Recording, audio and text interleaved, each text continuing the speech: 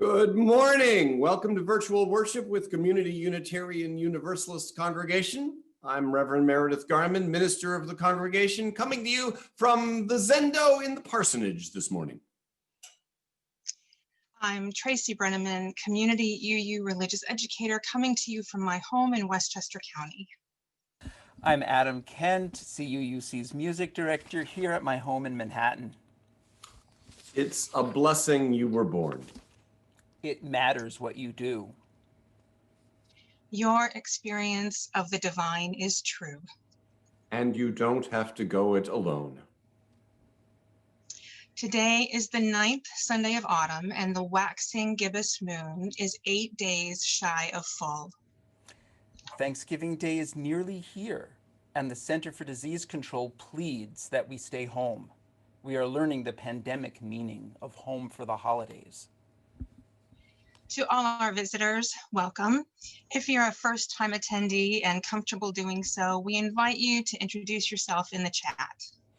The chat is also for reporting any technical issues. When you send a chat, check to make sure you are sending to all attendees and panelists and not just to panelists, so everyone will see your message.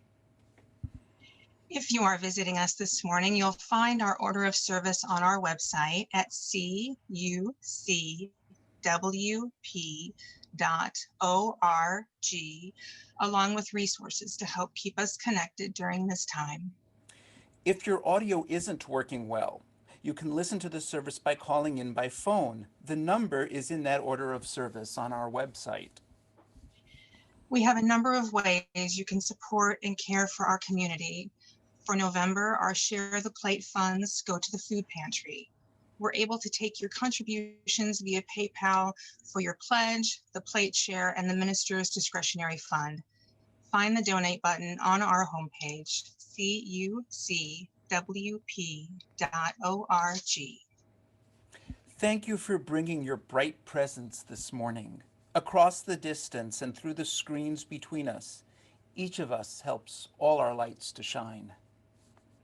On the 9th Sunday of each season, we celebrate the second source of the living tradition we share, words and deeds of prophetic people that challenge us to confront powers and structures of oppression with justice, compassion, and the transforming power of love. Hi, I'm Joe Majak. As the chair of the board for this congregation, I welcome you. Today, I share with you an important preview of coming attractions for our CUUC website. In last week's chalice lighting, I spoke about the inclusivity of a congregational building designed to be welcoming for all, including those with mobility challenges.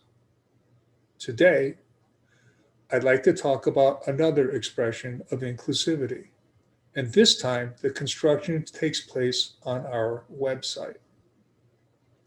Pamela Parker and Tony Ariane will team up to create a standalone webpage. It will be dedicated to the efforts of CUUC to welcome the LGBTQ community into our congregation, past, present, and future. We are proud of CUUC's history of LGBTQ advocacy. After 2 years of hard work, CUUC passed a congregational resolution on May 15, 2005, requesting and obtaining the Welcoming Congregation designation from the UUA. It was renewed on May 27, 2018, after another 2-year grind. This new webpage will help capture and commemorate that narrative. We will commemorate our past and illuminate the pathway leading forward as we build beloved community and confront and dismantle gender oppressions together. Now it's time to light our chalice. I invite you to light your chalice along with me as I light mine. And please, say along with me words of our chalice affirmation.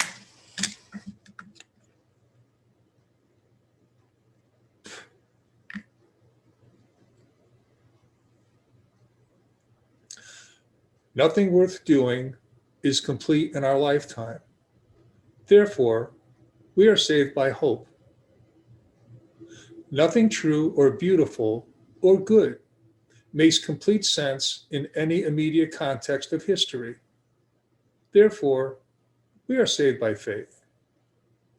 Nothing we do, however virtuous, can be accomplished alone. Therefore, we are saved by love. No virtuous act is quite as virtuous from the standpoint of our friend or foe as from our own.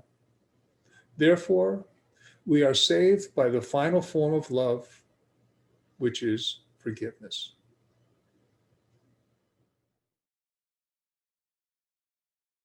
The New York City-born composer Edward MacDowell was active at the turn of the 20th century.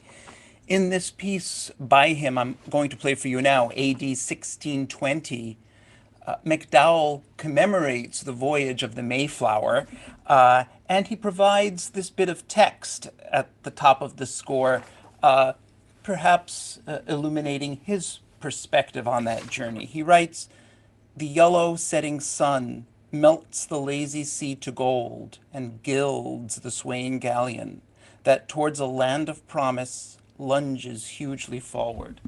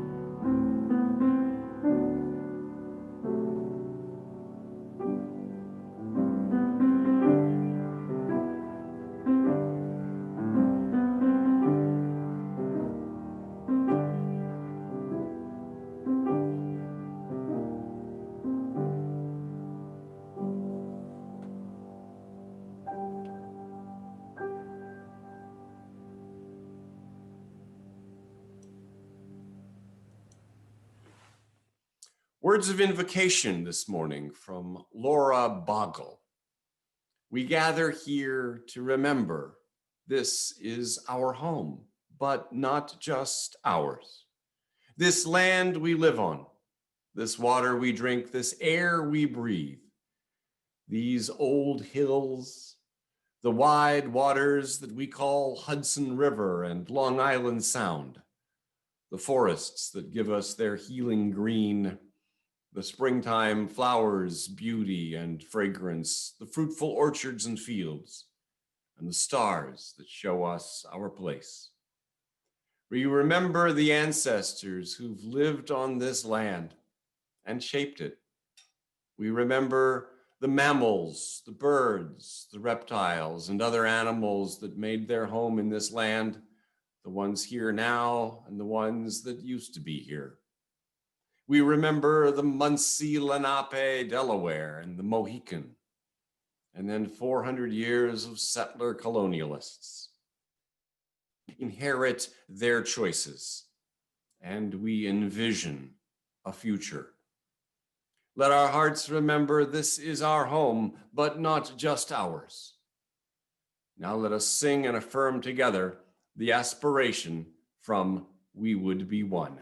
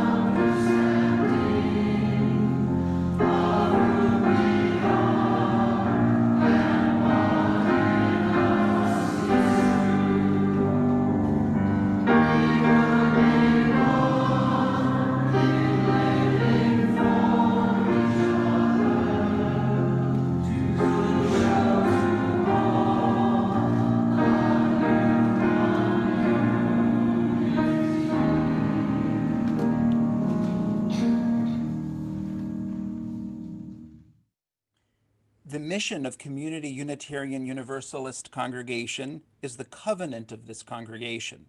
Would all the members and visitors who would like to affirm it along with me? We covenant to nurture each other in our spiritual journeys, foster compassion and understanding within and beyond our community, and engage in service to transform ourselves and our world.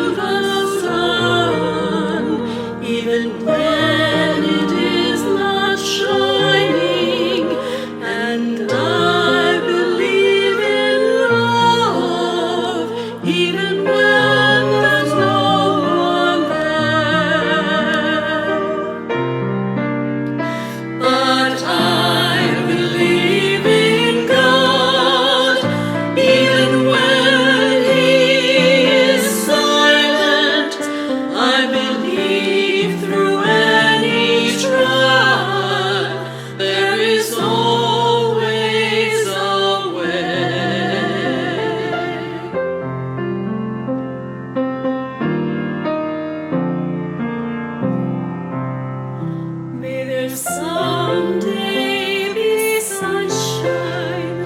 May there someday be happiness. May there someday be love. May there someday be peace.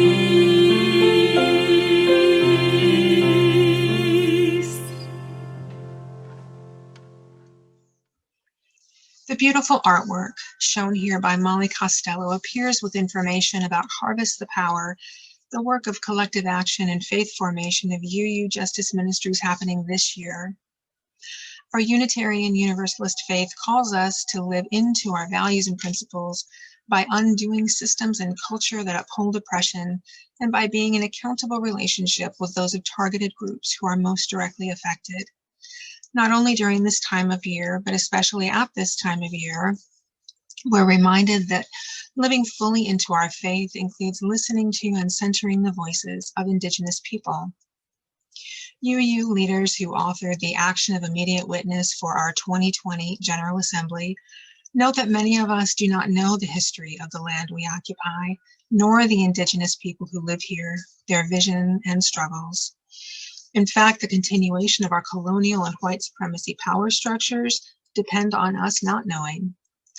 Acknowledgement and development of relationships and solidarity with Indigenous people are an important part of resisting and countering the ongoing erasure of Indigenous people. They're also an important part of reckoning our congregational and denominational participation in or benefiting from our white supremacist colonial past and present. It doesn't feel right to talk about Thanksgiving without acknowledging the land we occupy and the experiences of the people who first lived here. But doing this around Thanksgiving can seem like a token gesture. This year, we err on the side of acknowledging and naming. Then it's up to us to commit to the work of dismantling systems of colonialism. Acknowledgement is a way of showing respect and a step toward correcting the stories and practices that erase Indigenous peoples' history and culture. To acknowledge the traditional territory is to recognize its longer history beyond colonization and its significance for the Indigenous people who lived and continue to live upon this territory, whose practices and spiritualities were tied to this land and continue to develop in relationship to its land and other inhabitants today. Recognizing the land as an expression of gratitude and appreciation to those whose territory we reside on, and a way of honoring the Indigenous people who have been living and working on the land. Land acknowledgements do not exist in past tense or historical context. Colonialism is current and ongoing. We acknowledge today that we are on the traditional territory of the Lenape Nation. The step we take today is one of learning about the people Indigenous to this land and reflecting on our responsibility living in a country that grew from forced seizure of lands, forced assimilation and migration, genocide, and the ongoing erasure of rights and culture. That's a lot for 5 minutes, but we understand this is a step on what needs to be a journey. Lenape, which means the people, are also known as Lenni Lenape, meaning true people. Colonial settlers named them the Delaware Indians after the Delaware River that runs through their territory. Unami is the Munsee dialect of the Lenape of this area. It's a dialect of the larger Algonquin language groups that cover much of the northeast of North America. The maps shown here highlight Lenape geography and neighbors. The map on the left names the whole region Lenni Lenape, but in my reading, and as we know from Petra Tom's work with the Ramapo Lenape, there is more extensive history in this area. Here's a starting point. In present-day Westchester County, the native presence goes back 7,000 to 10,000 years, according to archaeologists who uncovered on Croton Point the oldest oyster shell middens found in North American Atlantic coast. Middens are collections of shells remaining from meals that tell us about the people who lived here, including practices of sustainable harvest. In 1600, when they had their first contact with white colonizers, the Lenape population of all the villages in this area is estimated to be 6,000 to 12,000 people. They were a migratory people moving to follow seasonal hunting and agriculture, and typically lived in clearings they slashed and burned in the thick forest along creeks and rivers, usually on terraces above the floodplain. The river connected the people of this area. Dugout canoes were made from trunks of trees, some big enough to hold 40 people as they'd visit and trade with each other. The river was also a major source of food. In smaller dugouts, they'd set out and pull fish netting, harpoon the whales and seals that often came upriver. Archaeological sites in the Hudson Valley have produced evidence of fishing for most freshwater species. They were also agriculturalists growing corn, beans, and various species of squash in fields that often covered more than 200 acres. And they gathered plant foods such as nuts and berries to supplement their diet. They hunted large and small game. Their homes, called wigwams, were curricular and made of bent sapling covered with hides and bark or reeds. They also lived in longhouses, which were often very large, sometimes as long as 100 feet. Several families from the same clan might live in a longhouse, each family having its own section. They were known for their beadwork and basketry, and ceremony was central to their existence. While the men traveled to hunt and fish, the women were generally in charge of the homes and community. Contrary to American stereotypes of Native American women, the Lenape female had recognized authority roles within the family and the village community. In all, the native peoples of the Hudson Valley at the time of European contact were more than just eking out a living, more than just surviving. They were living complex, rich lives. The arrival of European colonizers unfortunately changed that. Henry Hudson's first meeting with the indigenous people in 1609 was characteristic of the animosity that would overshadow future relations. For the Lenape, the land belonged to the Creator, used for survival by its inhabitants. They had no concept of selling land. Many of the early treaties and land sales were signed with the Europeans were not understood as such by those native to this land. By 1639, the Dutch West India Company had begun a land grab in present-day Westchester and the Bronx. Competition for land became fierce as the Dutch began to settle in the Hudson Valley, and by the end of the 1600s, much of the tribes were destroyed by war and by diseases the Europeans introduced to the region. Within a mere 100 years, English and Dutch settlers robbed the indigenous people of their homeland. By 1682, with the arrival of the English Quakers, the Lenni Lenape population had been reduced to 4,000. The remaining Lenape population today is estimated to be around 16,000. These maps show some of the paths of forced migration.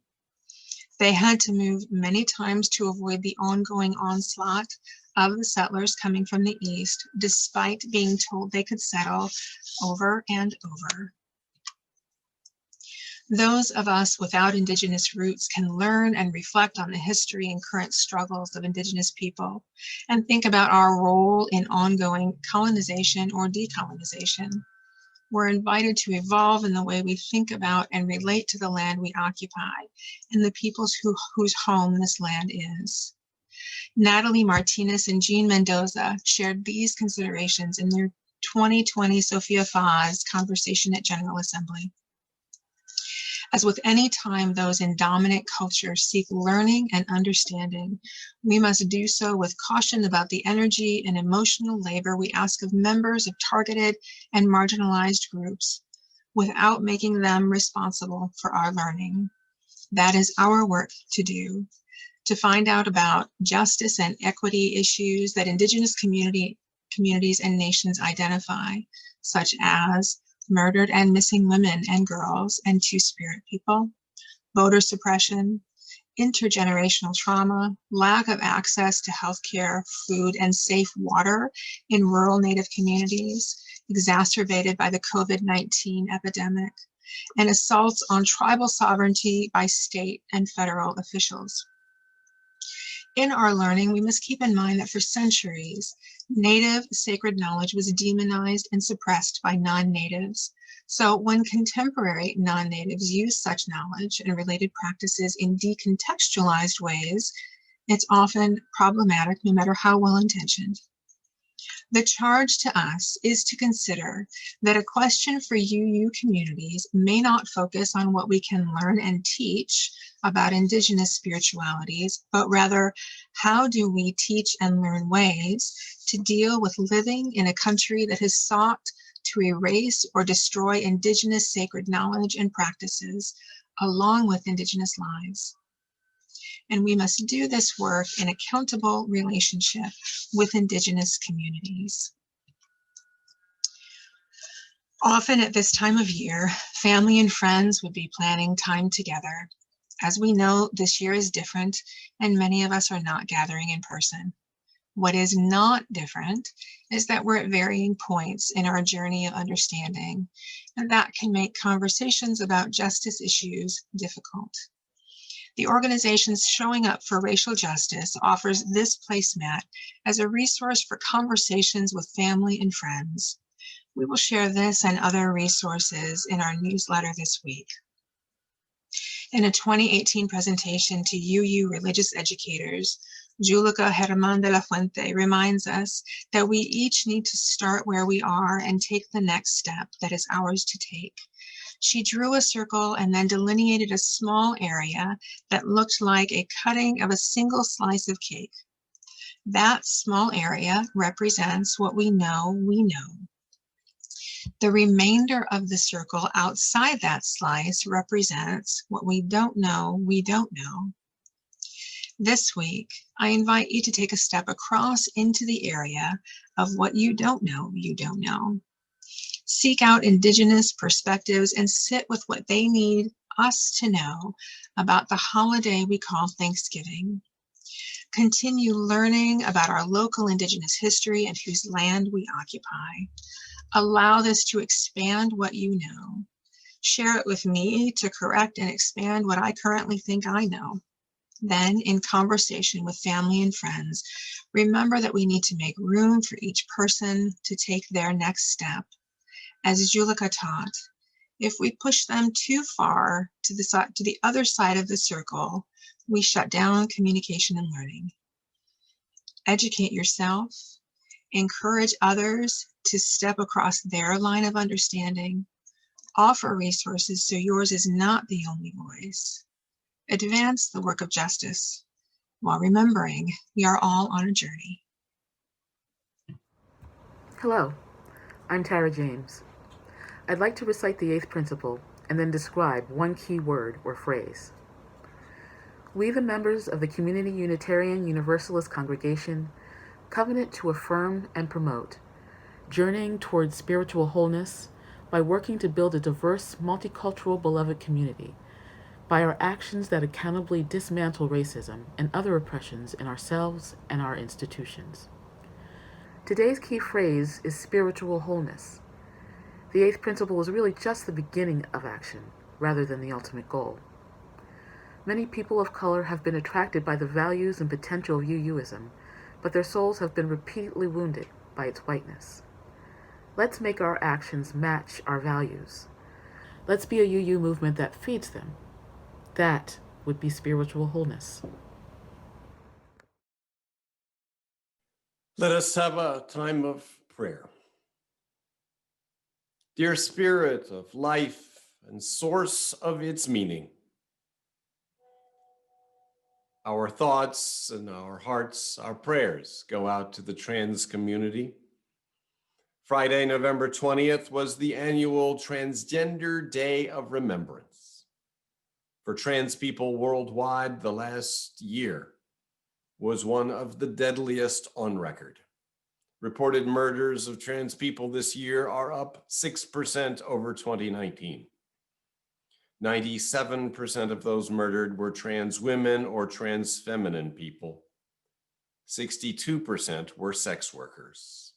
Employment discrimination, lack of opportunities, barriers to legal gender recognition forces some trans people to turn to sex work, where they're at disproportionate risk of violence and police harassment.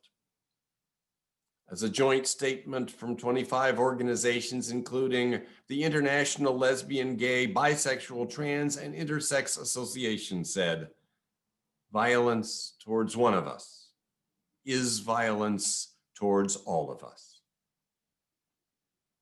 Also, in this time of anxiety for the future of our nation's democracy, we pause this holiday weekend to remember the peoples indigenous to the lands that are now the United States, and remember the lives lost from the European colonization. We cannot make amends for what has come before. We can learn never to repeat violent domination. We can develop new ways of respect and neighborliness and seek ever further reduction of violence, coercion, deceit, and greed. Dear Spirit of life and source of its meaning, where we are privileged, may we find humility. Where we are oppressed, may we find strength. Where we are powerful, may we find temperance and compassion. Where we are bereft, may we find a path forward. Greed and fear consume hearts, and our own hearts are not immune. So let us recommit to living the truth, that we are here on this earth for just one thing, to love. And that what love looks like in public is justice. Let our light drive out darkness. Let our love drive out hate. We ask of ourselves the mindful intention to delight in what is good, to confront what is cruel, to heal what is broken. Amen. I ask now to observe 30 seconds of silence.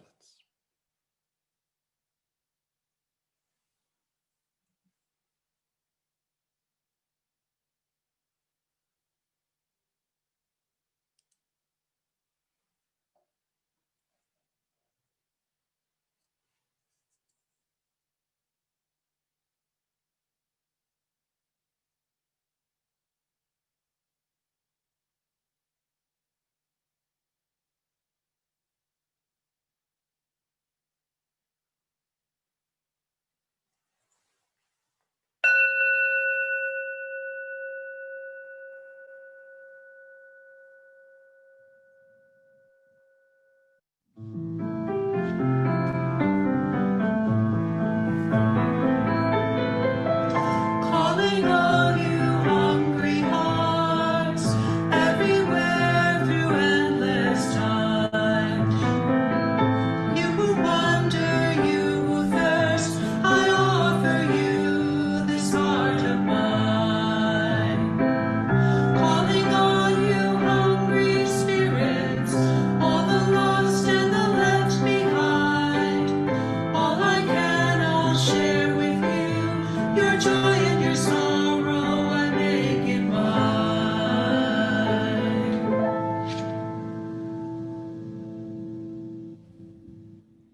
Like many 19th century American composers, Arthur Farwell trained in Europe, in Germany.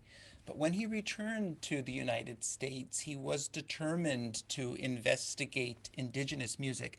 And in fact, he founded the Wawan Press in 1901 to publish works connected to Native American music. The piece I'm going to play for you now is one of his impressions of a Wawan of Omaha ceremony. It's called Song of Peace.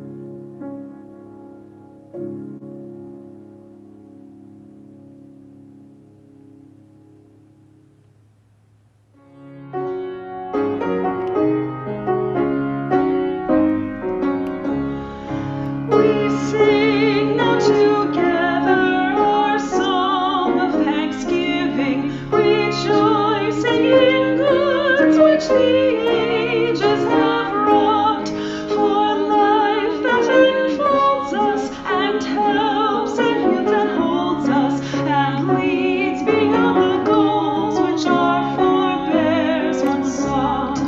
We sing of the freedoms which martyrs and heroes have won, but heavy with their sorrow and pain, the oppressed befriending, our ampler hopes defending, their death becomes a triumph, they died not in vain.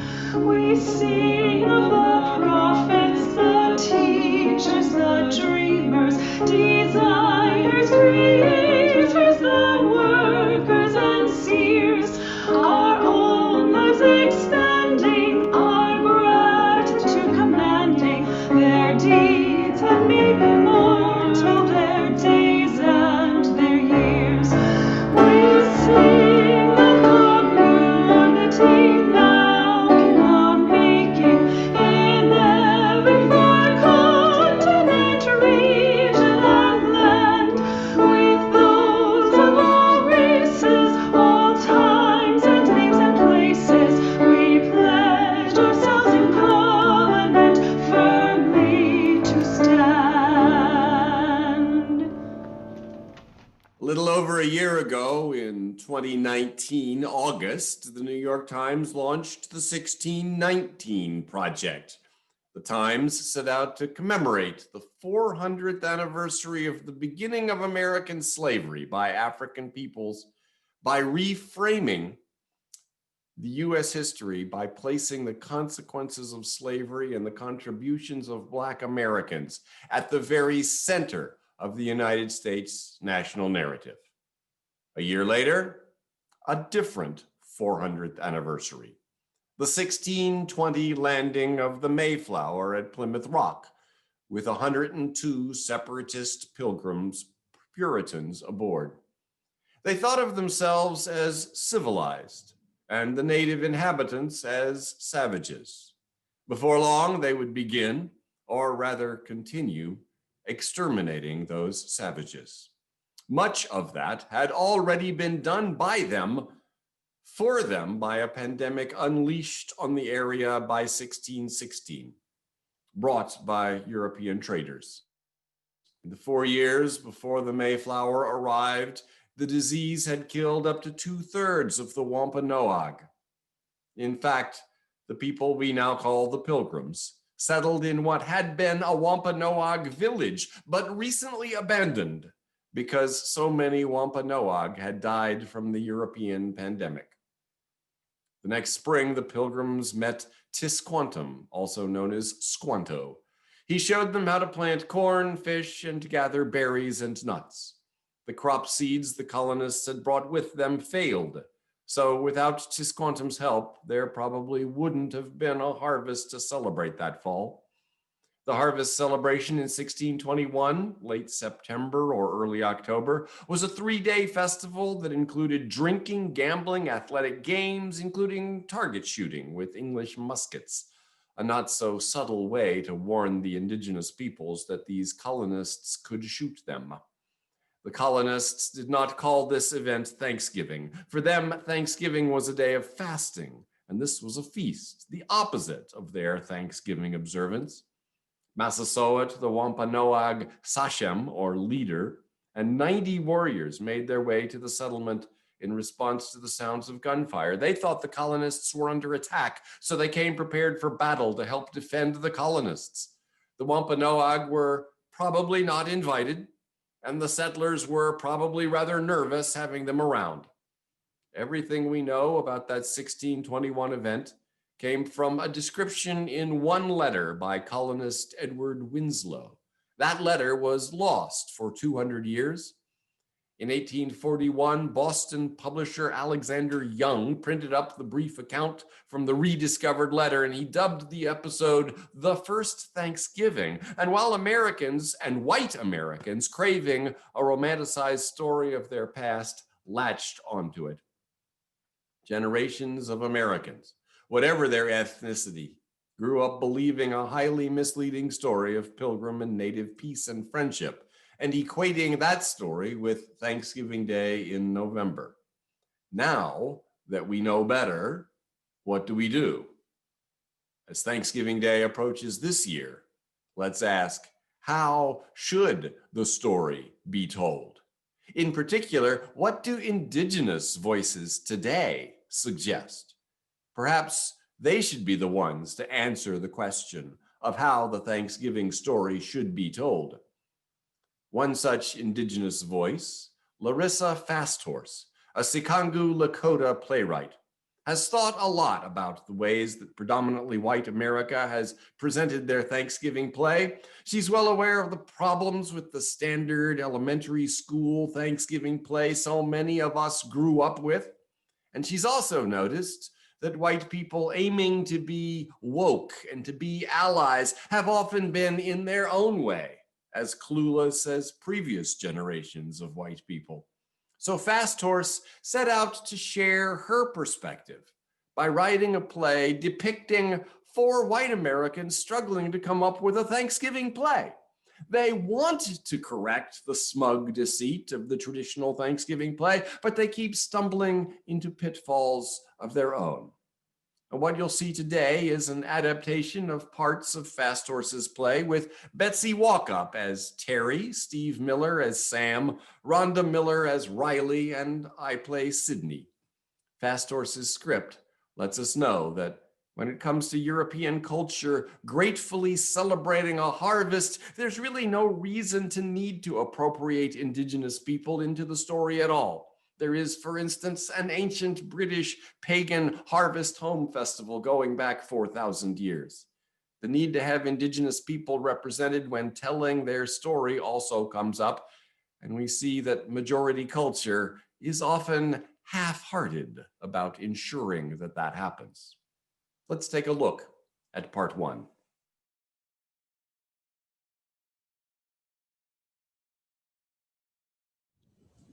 Well, I want to thank you all for agreeing to do this. Our first task is to collaboratively construct our script, then we'll rehearse it and put it on. Do we all know each other? I don't. Okay, I'll start the conversation and introductions. I'm Terry. I teach 6th grade English at North Point Middle School. The school board has requested a Thanksgiving play, and I've been thinking about, well, not so much a play as a process for creating a play for some time. So I agreed to facilitate this process. My name is Sydney. I did a little acting in college, and I'm a parent of a 7th grader at North Point Middle. When I got Terry's email asking for volunteers to do the North Point Thanksgiving play, I was a little leery. Thanksgiving plays are usually so racist. But when I saw that the plan was to create a new kind of play, I thought maybe I could help in, a more inclusive kind of play. I'm Sam. I teach history at North Point Middle. Terry talked to me a year ago about this project and asked me to be a part of it to bring a historian's perspective. And I'm Riley. My daughter goes to North Point, and I'm here because Terry's email came just as I was thinking. I really should get more involved with my kids' school, So are there just the 4 of us? Yes, they're just the 4 of us. Now for this session, I just wanted to talk through ideas. We can make this play whatever we want to. I suggest we begin 4,000 years ago when the ancient Northern Europeans joined the agricultural revolution and reaped the first organized harvest as farmers. In order to give thanks to the gods for this new way of life, they feasted with ceremonies. Thousands of years later, those ceremonies became known as the modern Harvest Home Festival. Right. Harvest Home is a traditional English pagan festival originating in antiquity. Still celebrated today in isolated regions, usually in late September. They sing, shout, decorate the village with boughs. The last sheaf of grain representing the spirit of the field is made into a harvest doll and drenched with water as a rain charm. They also symbolically murder the grain spirit and expel the devil. The pagans had a devil. They had evil spirits. Anyway, I thought we were doing a Thanksgiving play. It doesn't have to be Thanksgiving. It could be a November play. Sure. A Native American Heritage Month play. Is November Native American Heritage Month? Yeah. Yes. Yeah. Okay, good to know. But whether we say Thanksgiving or Native American Heritage, it's not about a British pagan festival. Well, the school board is expecting a Thanksgiving play. And this might be a time to mention that I'm vegan. So the subject is sensitive to me. I signed on to lead this effort, and yes, the slaughter of millions of animals, including 45 million turkeys, does bother me. But I'm also conscious of not allowing my personal issues to take up more space in the room than the justified anger of Native people around this idea of Thanksgiving in our post-colonial society. I just want to make that crystal clear. How long do we have for this play? It should be about 45 minutes. Well, so maybe the best place to start is not 4,000 years ago. In Europe. Yeah, America didn't even exist then. Better times. Well, Harvest Home Festival is a direct line that can easily be drawn to our modern Thanksgiving celebration. See, I propose that we open on a huge bonfire with ancient European ancestors dancing and feasting on one side. This is the exciting part. Ancient Native American people doing the exact same thing on the other side. Of course, they weren't called Native American then. We show that both these cultures were already celebrating harvests on both sides of the Atlantic, two peoples on a parallel track for centuries before they collided as settlers and Wampanoags. I'm feeling your passion, and I love that. But here's the reality. It's just the four of us. Okay. Well, let's move forward in history. What can we do to break down the myths and stereotypes of Thanksgiving in 45 minutes with 4 people? Well, 45 minutes seems kind of long. The average show at Disneyland is 20 minutes. No, well, the school board asked for about 45 minutes. Let's trust them on this one. Even if they approve a lunchroom that feeds our children slaughtered flesh and genetically enhanced garbage every day. Sam, what do you know about the first recognized Thanksgiving in America? I was imagining for the third scene, we jump to the year 1565. Well, that sounds close. St. Augustine, Florida. Oh, the Pilgrims landed in Florida? I didn't know that. Oh, is that why Disneyland is there? St. Augustine was a settlement of 100 Spanish people led by Pedro Menendez. Their Thanksgiving was a mass to celebrate a safe journey. Pedro ordered that the native people be fed as an act of goodwill. Fun fact, because they had just come from Puerto Rico, it's likely that there were tropical fruits at the first feast instead of yams and squash. So you want us to celebrate Native American Heritage Month with a play about Spanish people holding a Catholic mass and eating pineapples. Catholic missionaries are difficult subjects for indigenous people. But it's true. Seriously? Can we jump ahead to New England? But the next recognized Thanksgiving happens 30 years later in Texas. Wait, there were pilgrims in Texas too? An expedition of 500 Spanish people crossed the desert from Mexico to Texas. Men, women, children, and animals died along the way. Finally, they made it to the Rio Grande. However, many of the people were so overcome with excitement to find water that they rushed to the river and drowned. Gotta admit, I did not see that coming. Those that remained gave thanks. How is this appropriate for children? The local indigenous people joined them and caught fish for feasting. From the Rio Grande? I assume so. Oh, that's gross. Sam, are we getting close to the normal Thanksgiving? The one with the real pilgrims and Plymouth Rock and Squanto? That would be next. But there are at least 4 different dates proposed as dates for the Pilgrims' Thanksgiving. and the reasons behind the feast range from the gruesome, More gruesome than eating fish that ate your drowned friends. oh, much more, to speculation that the entire Thanksgiving story is a fiction concocted to celebrate the victory of capitalism over communism. So far, all of these stories are coming from the non-Indigenous point of view. I think we need to hold space for the Native perspective. Well, shouldn't we have a Native American as part of the production? Well, you saw my email that I sent out to all of the families in North Point Middle School community. I especially encouraged anyone of Indigenous descent to volunteer. This is what we've got. 4 white people making a culturally sensitive Thanksgiving play for Native American Heritage Month. Okay, so we don't have a Native American. I mean, we tried. Kinda. Well, but we didn't get one. So whatever. We don't need actual Native Americans to tell a Native American story. I mean, none of us is a pilgrim, are we? Was Lumiere a real candlestick? Yes, he kind of was. Look, there are schools that are near all Black, all Hispanic. If they tried to find ethnic-specific roles for everyone to play, they wouldn't be able to produce anything. All right, everyone. We're going to do the best we can. Now, let's just take 5. We're on Zoom. Well, mute yourself and turn off the video. Go get a cup of tea or something and be back in 5. Thanks, everybody. Aren't they adorable? So just as the Thanksgiving myth was a 19th century construction, so too in the realm of music, this trope of the vanishing Indian was important to many American composers of the period.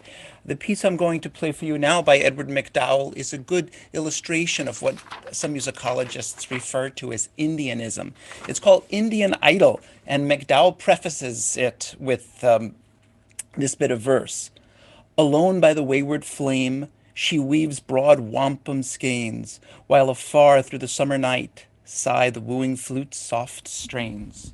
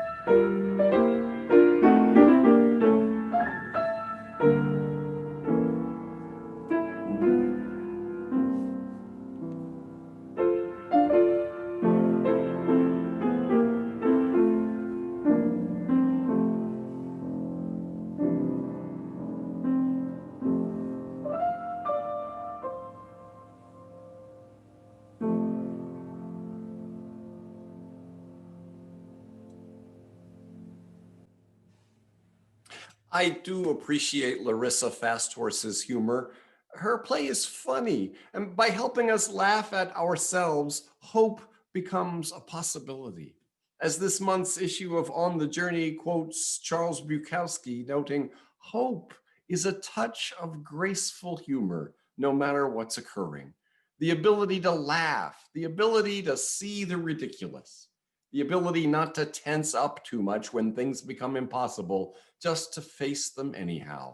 A touch of humor. Let's say laughter through the flame. That's hope. In this second part, we see our characters comically and ridiculously grappling with how to tell a Thanksgiving story when their group doesn't include any Native Americans. It's a good question. The tendency of majority culture to put itself at the center is particularly epitomized by my character, Sydney. He's focused on not being racist or sexist, yet he can't seem to not put himself at the center, characterizing the burdens of his privileges as an endless minefield. Perhaps not only Sydney, but Meredith still has some work to do. Let's see how our not ready for Thanksgiving players are doing.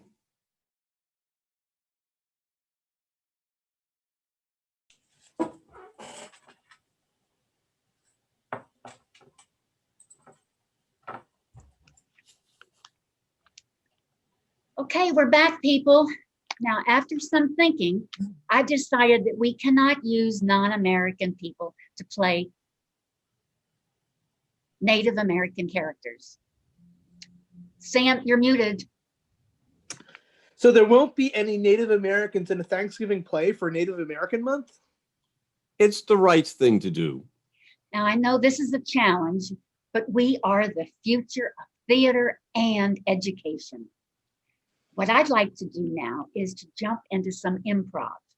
We'll just use the traditional story that we all know and just see where it goes. That story isn't historically accurate. Look, this is just to get the creative juices flowing and figure out what our options are to celebrate Native Americans without them. Now, you're at a Pilgrim's house preparing the meal for the first Thanksgiving. I feel like this is my house. It is your house. We're all on Zoom. We're all in our own house. So clarification, the food we're preparing, didn't we get it from the Native American people? Yeah, I mean, that's the point of Thanksgiving. We thank the Native people for saving us from, starvation. We should totally thank them for that. So why are we fixing this food if it was a gift? Well, the Pilgrims must have done some of the actual preparation. But without any Native American people to guide them? Okay, you're all sitting down to eat the dinner that is already prepared. So we're all in our house, but we should act like we're together at one table. Right. Okay. Would you like more stuffing? Stuffing's a modern dish. A more likely side dish, considering the efficiency of early settlers, would be a type of sweetbread or pate. Sam, we call improv the world of yes. We don't judge or try to make sense of choices. We simply say yes and then see where it leads. So sorry. Yes, I would love some. What did you call it? Stuffing. No, I was mistaken. It's corn. Thank you. Native American corn. This Thank meal you. is wonderful. Without our Native American neighbors in the next room, well, we would be dead from starvation. Yes, we owe them thanks. I thanked them. Good. We should say a prayer of Thanksgiving. Public schools. What? We can't pray in public schools. But pilgrims are religious, right? Yes. Brother Sidney, would you say a prayer of thanks? Okay. Dear Father, shouldn't we wait to say the prayer until our native brothers, what should we call them? Indigenous people. The truth is that in the writings of this time, they were referred to as savages, but we can't say that in a school show. We could call them the natives, as in they are native to this land. Okay, but my point was going to be we should have our native brothers in the room to say the Thanksgiving prayer. Yes, let's wait for them. More vegetables? Thank you. And scene. Now, we can't pray and we can't do a hero story without the hero. It's weird. Somehow we need Indians. A dream sequence? How does that help? Well, one of us could dream that they were a native person. I think that's still red face. No one would be playing a native.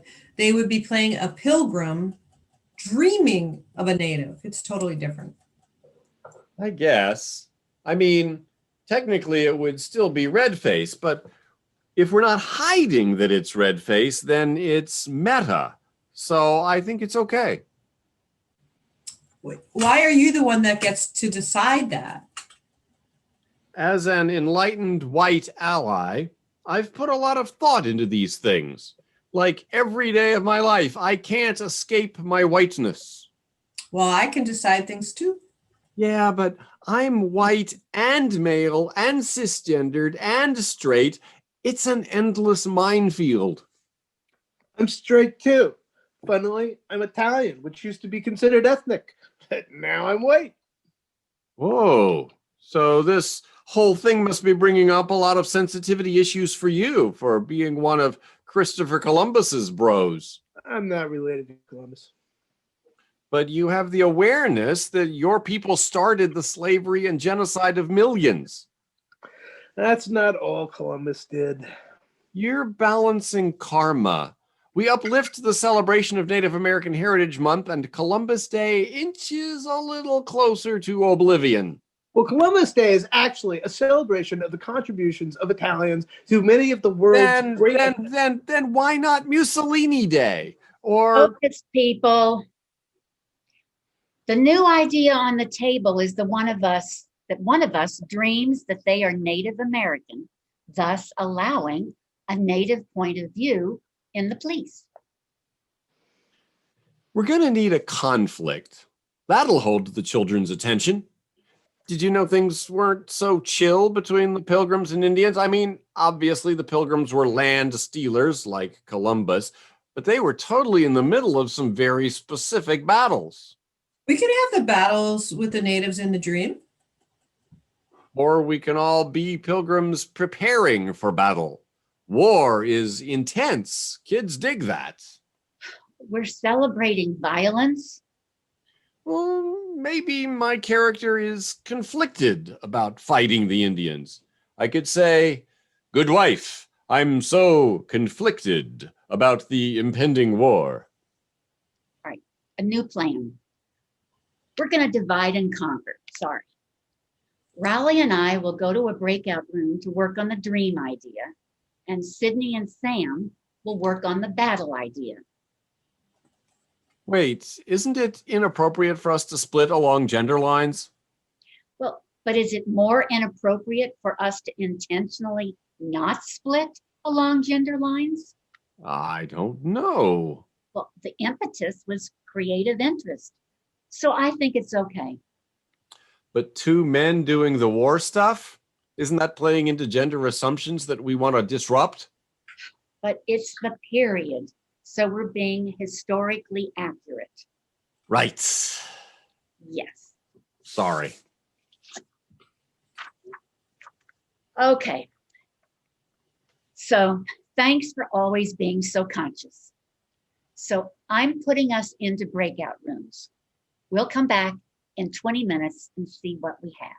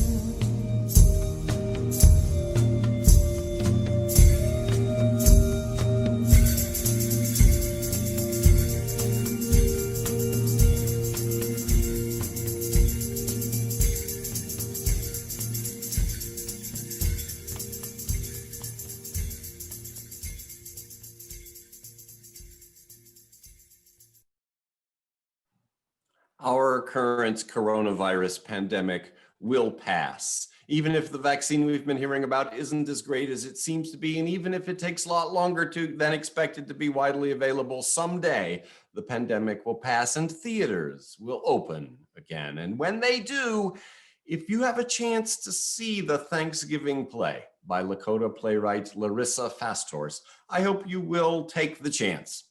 The adaptation we're showing today is only about half of the play, so there's a lot of great stuff I've left out.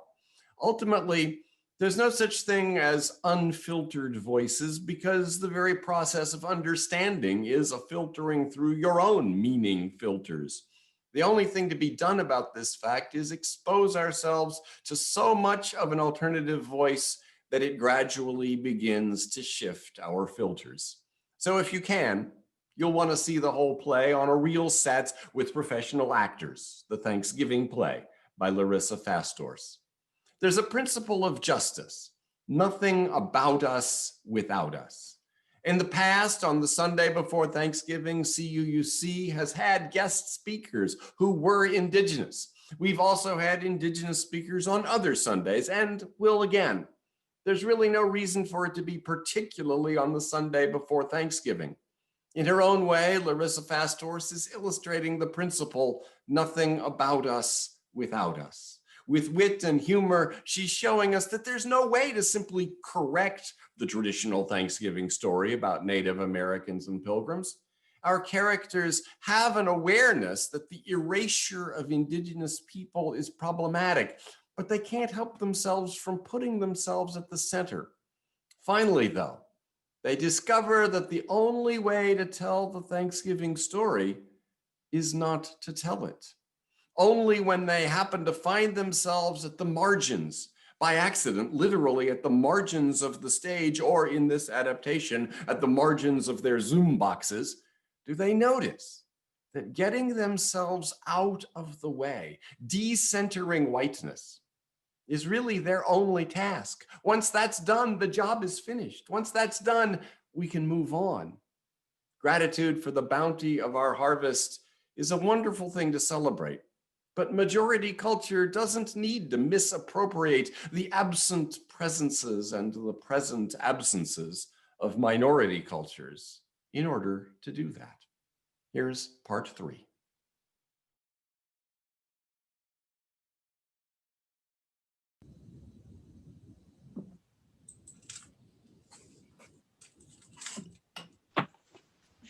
Hey guys, you know how Sam was telling us about these scenes he was imagining? Well, he's actually written a whole play. It just needs a little trimming and we could do it. Our collaborative creation phase is complete. That's not how collaboration works. Yeah, what about our input? I can work in whatever you've got. Let us show you what we've got. All right, go for it. Our scene is incredibly simplicity. It strikes at the core of the Native American gestalt with one visual. It's quite brilliant. Thank you, Sydney. There's lots of clunky educational dialogue, but we'll fix that. Oh. Go ahead, Sam. The year is 1631. Upon landing in Cape Cod, the separatists, now known as Pilgrims, immediately robbed the graves and nearly all of the food stores of the local natives. However, with the help of Samoset, the English-speaking native who had escaped slavery, a tenuous treaty was drawn. Wait, was Samoset a real person, or is this some sort of like fictional composite? Samoset is factual. I checked. This is straight from Wikipedia. Samoset was an Abenaki Sagamore and the first American Indian to make contact with the Pilgrims of Plymouth Colony. He startled the colonists on March 16th, 1621, by walking into Plymouth Colony and greeting them in English, which he had begun to learn from fishermen frequenting the waters of Maine. He greeted them, then asked if they had beer. Oh, that's what I would have asked. But 6 years and many ships later, when the separatists discovered a white man dead on a boat in Plymouth, they assumed that the native people had killed him. Major John Mason gathered his men and surrounded an unsuspecting Pequot village. They killed 400 Native men, women, and children. Major Mason and his men came home to give thanks and celebrate their victory. Do not fear, good God-fearing folk. We have in short order laid waste to the savage villains. Prepare a feast most glorious, and give thanks to God, for he hath delivered our resounding victory. Have you all lost your minds? How is killing off hundreds of indigenous people a proper celebration of Native American Heritage Month? It's like those programs in high school where they make you visit a prison to stay out of prisons, or see a crashed car to make you stay out of drunk driver cars. And to visit a morgue to make you stay out of morgues. Oh, this is appalling. But it is real. And that's what we need. Not a cleansing of history, but an in-your-face reminder that this is what we're capable of, or we'll just keep doing it. Exactly, right. The genocide on Turtle Island is ongoing.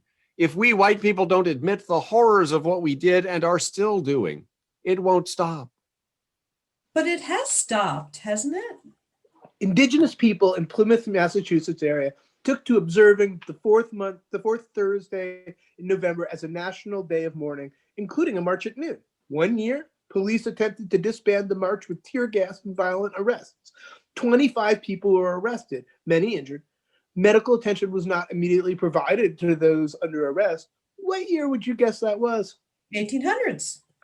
That happened in 1997. The police characterized the protesters as terrorists who should be treated accordingly. Oh, I'm sorry. It's ongoing. Okay, let's try this. We do a first Thanksgiving scene like normal with Native people, but we don't play Native people. We allow their absence to speak for them. Where is the missing Indigenous perspective? It is certainly missing from this Zoom room. Now give me a few minutes to work out some of the dialogue. Ooh, I have a dinner scene I was holding on to. No death or Spaniards, just the normal story we all know. Right. Email it to me. Sending now.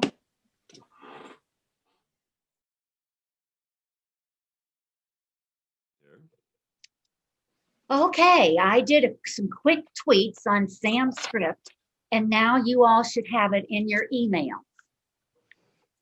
Oh, got it. There it is. Riley? Oh, yeah, got it. Okay, now this is experimental, but that's what I love about theater and for kids. You can really do anything and they'll follow you. All right, we're sitting around the table of the first Thanksgiving. Our Native American friends are at one end, and the first time through, let's read all the lines. I'll read both Samoset and Massasoit.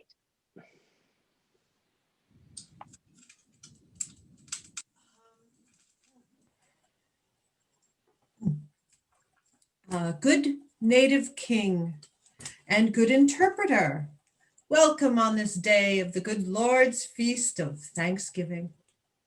What may I offer you to make your visit pleasing? Well, I, Samoset, wilt request more of the fowl your men gathered with their exploding sticks. Wouldst thou prefer the breast or the leg? Massasoit, which part of the bird is most pleasing to your countenance? That which is most succulent pleases me. The breast is ample, whilst the leg is moist. Dear wife, our gratitude is owed to these men 1,000 times. Please take the whole between you. Yes, we wouldst have died, as did so many of our number. Scene. Good work, everybody. All right, now let's read it again and see what happens. This time when we get to the native lines, I won't read them, but we look at the space and listen as if the native characters are there. But they aren't. We're pretending.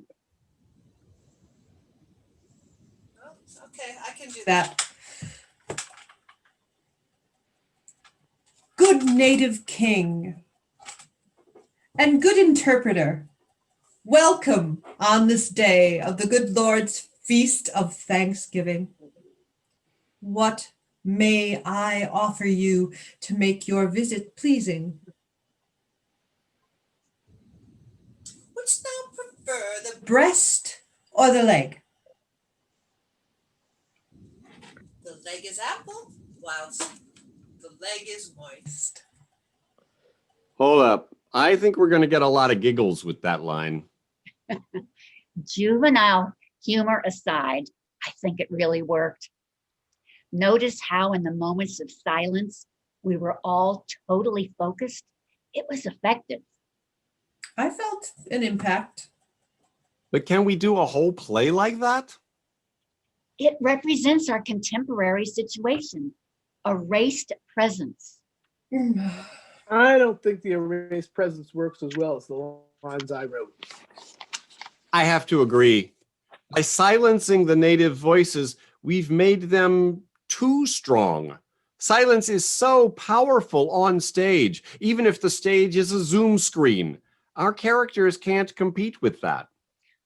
But we want the silence to be strong. The nothingness of the natives is the whole point. But is that fair to the Pilgrims? Separatists? White people. Aren't we aiming for an equitable world, not a fair world? I know it's Native American Heritage Month, but have we played into a massive blind spot? If you make a month for everyone, will it ever be fair? No, someone will always be left out or get a weird month like Hispanic Heritage Month. Wait, when's Hispanic Heritage Month? September 15 to October 15. Well, how is that even a month? Exactly. Well, it is 30 days, and it coincides with the independence days of several Latin American countries. Come on. How is it equal to give one group a mid-month as their month? Well, there isn't a white month. I checked. Basically, every month is a white person month.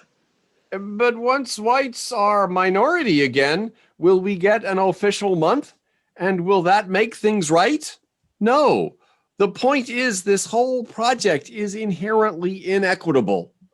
Well, if one side is silent, to make it equal, do we have to have both sides be silent? What, and just mime the entire show? 4 people in our little Zoom rectangles miming for 45 minutes? That's madness. All right, everybody just stop doing anything. Freeze right where you are. We've done it.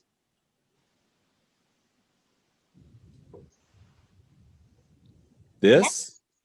Yes, this middle area. Do you see it? What? I don't see it. It's our play. I'm not following. The space is the middle. The perfectly equitable emptiness without us in it. Empty space is the play? Unoccupied space is the play. We've been trying too hard. The empty space is completely, finally equal. That is our Thanksgiving play. So the entire play is nothingness. 4 white people can't do a play about Thanksgiving that doesn't anger the school board or the parents or the universe. So we don't. Feel it for a moment. I feel it. It is something. This nothing breaks the cycle of lies, stereotypes, and inequality. It's brilliant. Terry, you did it. No, we did it. We all created this nothing together. Can we come back tomorrow? We don't have to, but this room is reserved for us if we want it. Well, I have a script for a sex comedy that we could work on. Ooh, that could be fun. Well, now, wait a minute. As the director, I should be technically in the room. So same time tomorrow?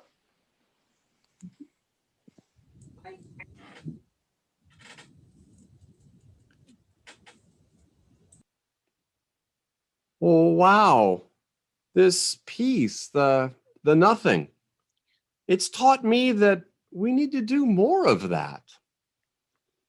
Well, how can the play be more than nothing? Well, not just the play. We need to do less, be less. That's the lesson. By doing nothing, we become part of the solution. But it has to start here with us. Yes.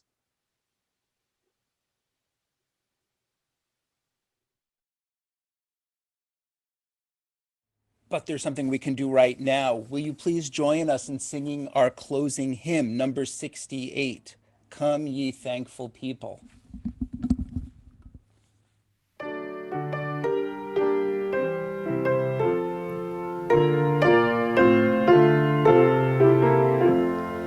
Come, ye thankful people, come, raise a song of harvest home. Fruit and crops are gathered in, safe before the storms begin. God, our Maker, will provide for our needs to be supplied. Come to God's own temple, come, raise a song of harvest home. All the world is but a field, given for a fruitful yield. Weeds and tares together sown, here for joy or sorrow grown. First the blade and then the ear, then the full corn shall appear. God of harvest, grant that we wholesome, great, and pure may be.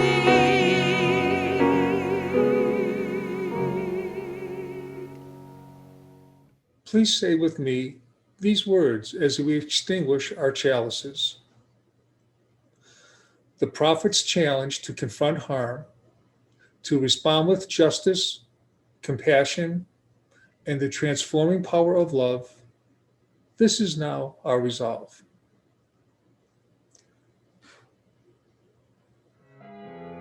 If you got troubles, then I've got 'em too. There isn't anything I wouldn't do for you. If we stick together, we can see it through. 'Cause you've got a friend in me. Yeah, you've got a friend in me. Now some of you folks might be a little bit smarter than I am. Maybe you're stronger too. Maybe, but none of them will ever love you the way I do. Just me and you, boy. And as the years go by, our friendship will never die. You're gonna see